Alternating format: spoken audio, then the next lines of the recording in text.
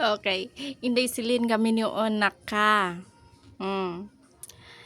Kung nanarbaho ka karon, kanang imong sweldo, tiguma usa.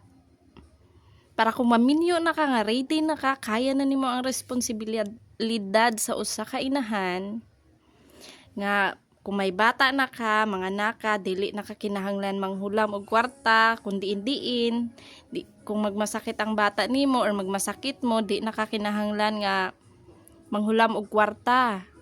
Una, ang kwarta nimo ron nga sweldo nimo kung nanarbaho ka tiguma. Para kung mudaghan na himuon na nimong puhunan para inegosyo nimo, para kung mamana na ka, di na ka mangita og kahulaman kay naa naman kay pundong kwarta. Mauna kung maminyo jud man ka, huna-hunaag makadaghan nga kaya na nimo ang responsibilidad sa usa ka inahan ug usa ka asawa.